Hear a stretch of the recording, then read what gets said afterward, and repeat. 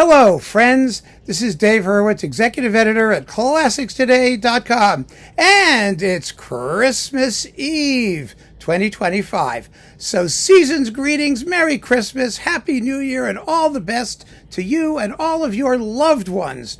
However, this being our ultimate guide to classical music, I have a list for you. And the list has everything to do with Christmas and nothing to do with Christmas. 10 great works for Christmas that are not about Christmas. If you want some wonderful music to play on Christmas Eve and you're sick of all the usual stuff, because I listen to it during the regular year since I don't celebrate Christmas. I mean, I don't really care when I hear it. These are pieces that I've always associated in my secular Jewish way with Christmas. I really have, because I think they just sound Christmassy to me. I don't know if that's true. And those of you who are far more into the holiday than I am can tell me whether I'm out of my mind or whether you see a point to some of this stuff. But I think this is a wonderful list to play at the Christmas season. It's music that expresses joy, wonder, childish delight, and beauty and innocence and all of the things we like to associate ideally with the Christmas season without the, trying too hard to be Christmassy, which is characteristic, I think, of a lot of Christmas music, except for the Nutcracker. The Nutcracker is always the exception, I think, but there you go. So, the Nutcracker isn't really about Christmas either. When you think about it, it has a Christmas episode, but, So here are the 10 great works for Christmas, not about Christmas. First, Kodály, the Háry János suite. I've always associated this with Christmas, largely because of the writing for unison xylophone and glockenspiel. The Viennese musical clock. Dun da da da da, bum bum ba ba ba ba, bum bum ba da ba ba ba da ba ba da ba ba ba. It's all just so picture postcard fairy tale-esque, and I just think that makes a wonderful sort of seasonal special bonbon, for you and your friends. So that's where I would start. Next, Respighi's Ancient Airs and Dances. These are gorgeous arrangements of medieval and Renaissance music, dance music, just charming and tuneful and somehow ancient. They have that feeling of old and new simultaneously, and they're warm and rich and delicious and just phenomenally wonderful. Dvořák's Czech suite. You don't have to be Czech. You really don't. Trust me. It has some of the most beautiful tunes you've ever heard in your life. And Dvořák was always Christmassy. He was. I mean, he was very religious, number one. And number two, Tovey always said that when Dvořák writes grandioso in his scores, he's thinking of the grandeur of the Christmas tree. That is something that's just full of delight and wonder and luminescence and all of those things. His music is just loaded with that kind of feeling, that innocent joy and sheer gorgeousness. And so the Czech suite, which is not as well known as it should be, is a perfect example of that. I urge you to listen to it. The romance, the slow movement, will blow your mind. It's so incredibly beautiful. Prokofiev's Lieutenant Kijé, another fairy tale, and a wonderful fairy tale. It was the flip side of George Sell's two musical fairy tale album, the first one being Háry János, and the other one being Lieutenant Kijé. And it has the best sleigh ride, the troika, in all of music. Hands down, nothing even comes close to it. Da da da da da dum bum ba da da da da da da da da da da. You know it. I played it before. I did a whole talk on it, actually, a little sleigh bell thingies I get to play. Oh, it's wonderful. Ravel's Mother Goose Ballet, the most amazing, magical evocation of a childlike but not childish fairy tale universe, with the fairy garden, the last piece, being one of the most incredibly beautiful things you've ever heard in your life. If you're lucky enough to have a fireplace and a beautiful Christmas tree and little stockings hung up and ornaments and snowflakes and things like that. Just lay back and listen to that with your gingerbread and eggnog.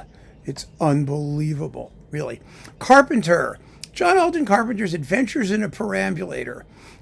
The world seen through the eyes of a child in a stroller, or a baby carriage, a perambulator, a stroller, actually, whatever it is.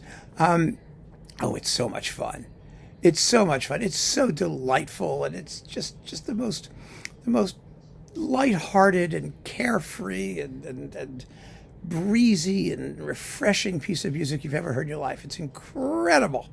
On a somewhat more sophisticated level, Shostakovich's Suite for Variety Orchestra, also known as Jazz Suite Number 2.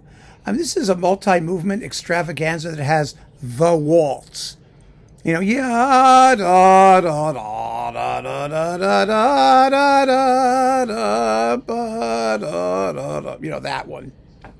It's so much fun. He used it 100 times and like everything because it was such a good tune. He knew when he had a good one. But it's got a couple waltzes like that in it. The tunes are all rather similar, actually. And the music is just pure, healthy sanity and good fun. It's got wit. It's got charm. It's just such a wonderful piece. And, it's become sort of popular lately because of that waltz. But the whole work isn't as well known as it deserves to be. There's lots of music in it. There's a polka and, gallop and all. It's all that sort of ballet stuff that he did so well with a little bit of the Soviet version of jazz touched in here and there. Oh, it's just marvelous. Strauss, Le Bourgeois Gentilhomme. It's great for Christmas dinner. Play the last movement, the dinner. Da da bum ba da da da da da da da da. It's Strauss in his most lighthearted and captivating neoclassical mode. Really, really fun stuff. I remember we did what was the play? I think it was The Winter's Tale. And when I was in high school, when I was in high school, we always did. In the theater department, we did a Gilbert and Sullivan, which I was always in, and they did a Shakespeare, and then they did a classic English play, like The Lady's Not for Burning or one of those things. But they did The Winter's Tale, and for the incidental music in the Shakespeare play, we used Le Bourgeois Gentilhomme, and it worked really, really, really well. It was absolutely marvelous. Next, Rimsky-Korsakov, The Snow Maiden. Well, we associate Christmas with the winter season, unless you're in the southern hemisphere, in which case it's the middle of the summer. But the Snow Maiden has the dance of the tumblers. Oh my God, da da da da da da da da da da, one of the most wonderful things in the universe. Rimsky also wrote an opera called Christmas Eve, and there is a wonderful suite from Christmas Eve, which I've played in my community orchestra, which is wonderful and starry-eyed and Christmas Eve-like. You see the stars shining in the firmament, and it's delightful. But I think the Snow Maiden is even better, and it's just a wonderful, wonderful selection of fabulous tunes, and it just gets your icicles quivering. So the Snow Maiden is an ideal Christmas piece that has nothing to do with Christmas. And last but not least, this one really has nothing to do with Christmas. Mahler's Fourth Symphony. But remember, the Fourth Symphony is all about moving from sophistication to the innocence of the child's version of paradise, the child's vision of heaven. That wonderful lullaby in the finale. You've got the heartfelt adagio, which has its painful moments, but is mostly about wonderful consolation and its transfigured ending. And the whole symphony is just fabulous that way, if it's played correctly. It's the most wonderful mixture of worldly sophistication and childlike innocence that you'll ever hear in your whole life. And it's a perfect piece to play, I think, on Christmas Eve, if that's, where your tastes run.